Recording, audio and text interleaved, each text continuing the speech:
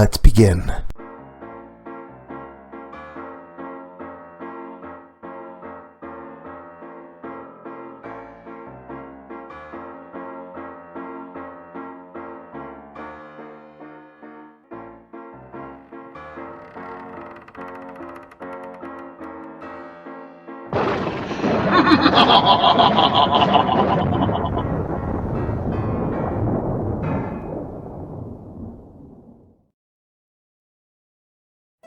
Hey there, scary story fanatics. Welcome back to Cleaving Thought from Bone with your host, Sociopathic. Some of the loneliest places are cold and remote ones, but not every lonely place is secluded and as barren as you might think. You never know what's watching from the shadows. Tonight's cautionary tale shows what happens when the son is to teach the father, a chilling tale that I like to call Changling Places.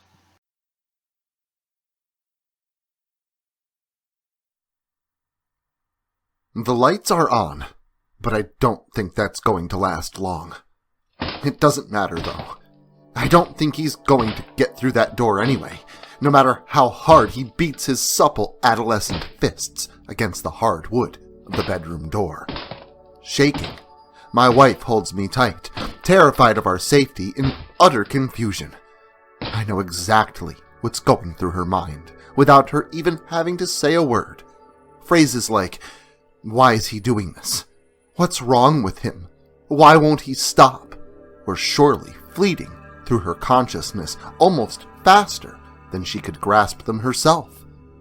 I wrap my arms around her tightly in response and assure her that everything's going to be okay.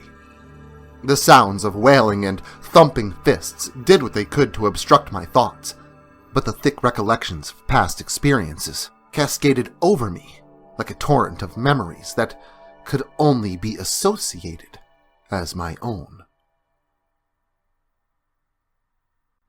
The frosty winter air bit at the exposed skin that peeked out at different junctures in my hardy outer attire.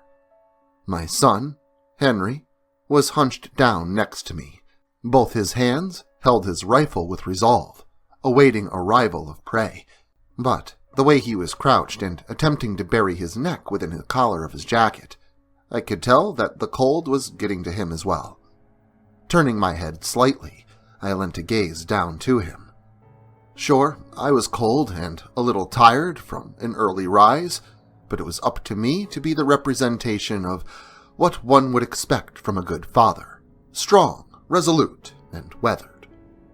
So, instead of complaining or suggesting we head home, I simply gave Henry a smile, one I'm sure that went unnoticed, before offering some words of encouragement along the lines of endurance in accordance with survival. I told him that I was sure that if we remained patient enough, that our winter trip, the fatigue and resulting physical suffering, would undoubtedly pay off. I was determined to give my son his first chance at landing a deer worthy of a few good meals and enjoyable stories, but my unwavering will would not only prove futile yielding such a desire, but deliver unto us a whole new paradigm of life, and one that was surely unwelcome at the time. The day was beginning to grow dim, and although the days were short and the day was still only approaching evening, the light needed for delivering a well-aimed gunshot was all but gone completely. "Come on, son, let's head back to the cabin before it gets too dark," I told Henry, reaching down to retrieve a cold thermos-style cup, long since emptied of its morning contents and placed into the snow near to where I decided to plant us both. It really was a great spot, nestled down within the thick underbrush beside an isolated, frozen, snow-covered lake, downwind from whatever may have ventured out into the open expanse that would have highlighted said game with a background contrast of brilliant white. I stood for an extra moment after gathering myself and my things, making sure that Henry was ready to keep up with me in the diminishing glow of the setting sun beyond the canopy horizon of the forest. And once I was satisfied that he was ready to follow, I began to follow the tracks backwards that had led us to this location ideal for ambuscading whitetail. "Dad, wait!" Henry exclaimed with a hush. I turned and looked in the quickly diminishing light and stared into the same direction as he, but I saw nothing at first. Then I squinted a little, focusing the small amount of remaining light in my eyes, and identified a black patch moving across an almost navy blue backdrop of snow and a dark steel gray of distant evergreens beyond it. I couldn't tell what it was from where I stood, but Henry was the one with the scope, now eyeing down the barrel and readying himself to take aim. Whatever it was big, and moved with the cadence of typical forest fauna. "It's a 10-pointer, Henry whispered, telling me that it was a large buck that was gracefully making its way across the snow-covered lake, free of the encumbrances of tree and bushes, both obstructive to sight and shot. I told him to breathe easy, squeeze the trigger, and before I could even finish the rest, I saw the mass a distance away take a few panicked, running steps, and then fall lifeless like a burlap sack of potatoes. I beamed with pride. My son had just taken his very first buck, and provided he was correct replaying the details of the rack, a good-sized one at that.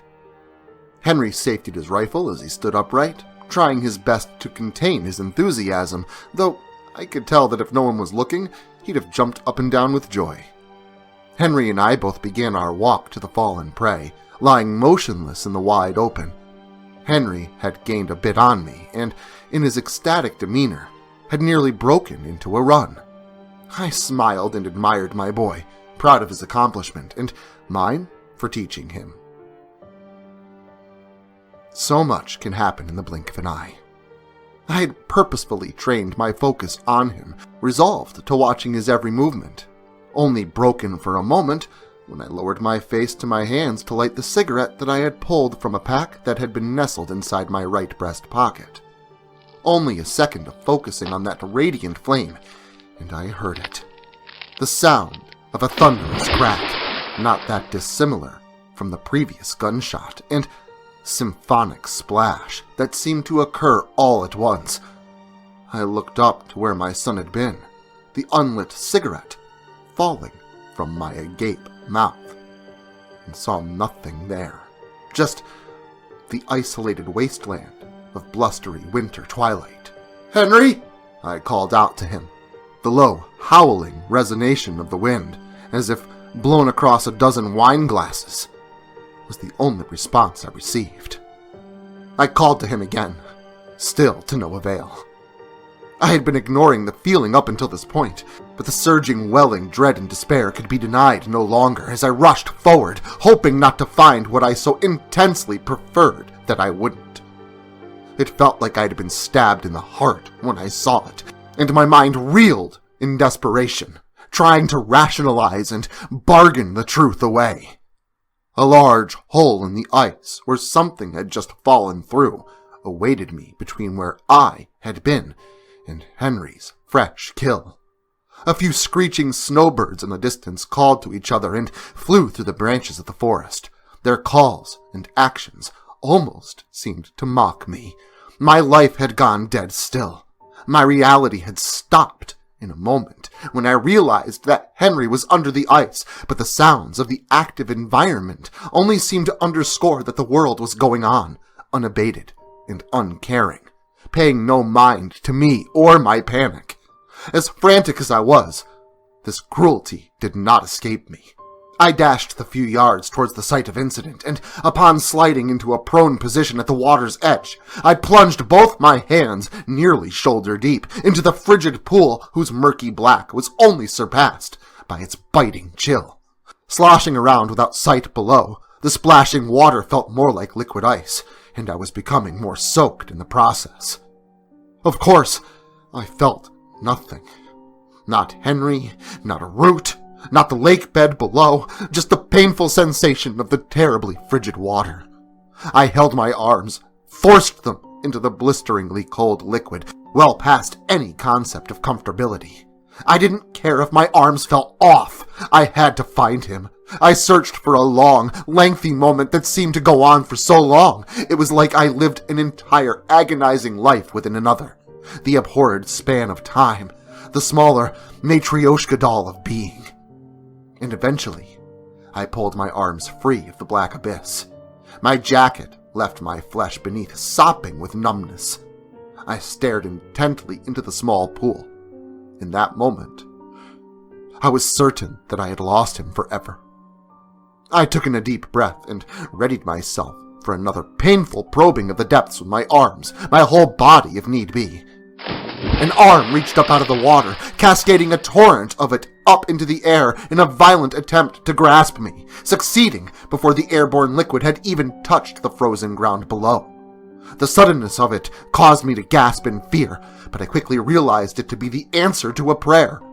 Henry had resurfaced. I pulled my son by his arm up out of the hole. I quickly asked him if he was all right, and told him that everything would be all right. I knew that he had to be cold, likely hypothermic, and possibly in shock. And when I noticed that he wasn't even shivering, that's exactly what I attributed this observation to be the result of. See, the thing is, shivering, physical shaking of the body due to a drop in body temperature, is a homeostatic mechanism, a reflex that attempts to reset the core temperature back to normative parameters. This function is involuntary, and even then, I knew that I was lying to myself. Shock or not, Henry should have been shaking violently, or dead. Clearly, he was neither. I would have given him my coat, but it too was soaked through and would have served no purpose. My only option was to hurry with him back to the cabin and the saving graces of the wood stove's warmth. I had a hurriedness and need in my eyes, and panicked words leaked from my lips as I ran with Henry. But they seemed to fall upon deaf ears. Henry said nothing. In fact, I practically had to drag him back. He showed no urgency for his situation. He was completely and utterly apathetic, as cold as the waters from which he had erupted. Shock could explain his silence, and with the exigence of our circumstance, I rushed us to the safety of the hunting cabin with single-minded tenacity and haste. The dark, unforgiving cold of night enveloped our little abode in the most oppressive manner, combated back by the crackling and warmth that emanated from the wood fire in the stove in the corner of the small yet adequate space. I was attending the beans in the small pot hanging above the flames in the fire, while Henry had resigned himself to the adjacent corner, barely moving an inch, and not muttering a syllable, since we had returned. He had to be in shock, shivering or no. There was no other explanation to his apathy and lack of alertness. But there was something about his eyes, the way they followed me through the room when I moved about. I tried to deny it, but there was no mistaking it. There was just something plainly sinister in his eyes. He saw me, but he almost seemed to look right through me, as if I was no different than a wall or piece of wood. It was kind of eerie. "Henry, eat this. You need to raise your core temperature," I told him, as I outstretched a bowl of steaming hot, maple-flavored pork and beans to him. Just as the hot tea that I had tried to give him a few minutes beforehand, he again refused to eat it as well. And so I set the bowl next to him on the table, giving the cup of tea that had lost its steam some company. "Listen, buddy, I gotta go outside and grab some more wood. Are you gonna be okay?" I asked him as I moved toward the door. Again, he just looked at me with no emotion to be read on his face, and said nothing. I stopped where I stood. "I'll be right back. Okay, son? Drink your tea. It'll make you feel better. I won't be far away, I promise," I assured him. I took one last look at his lackluster facial countenance before opening the door and heading out into the frigid, blackened void of winter's night beyond. The wood wasn't far, and although mostly buried by the rapidly falling snow and frozen together in most places due to the resulting frost and ice, I retrieved a large armful without much trouble at all. I was loading up the last piece into my overflowing arms when a distinct sound right behind me caught my attention. Someone or something was trudging through the snow behind me and must have been doing so for some time without my detection, for this last single step that I heard was already upon me, sounding as if I could likely turn around and touch whoever or whatever it was. It seemed so near. I turned in response, the only thought in my mind at that moment, ready to yell at Henry to get back inside and remind him of what I had commanded earlier. My thoughts stopped when my sight graced the visage of my son.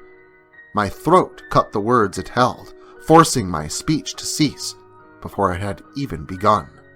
Because whatever was standing there was not my son. It couldn't be. It almost looked like him.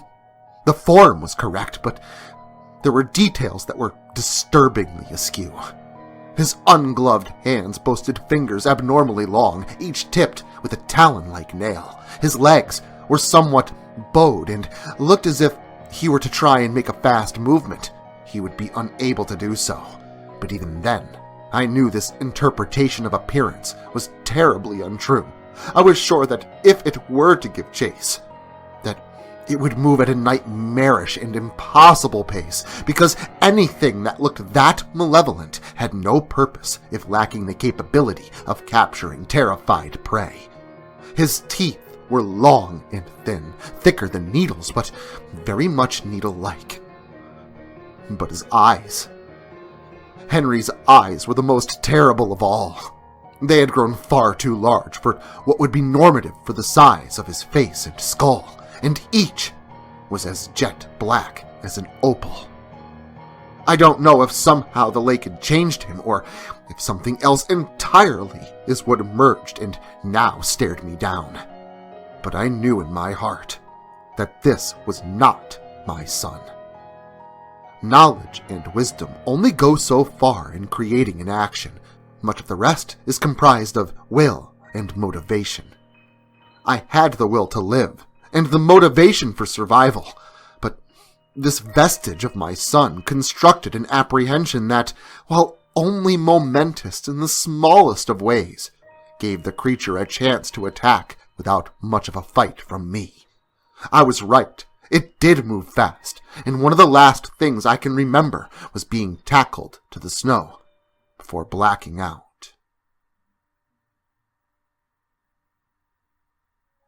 The last memory I have, well, that the old me has, is being dragged out onto that frozen lake and getting tossed into the icy depths beneath the rime, pleading for mercy and compassion until the bitter end. What emerged, well, is me. The new me. And while my wife might not understand the new behaviors of our son, I do. And so will she, soon enough.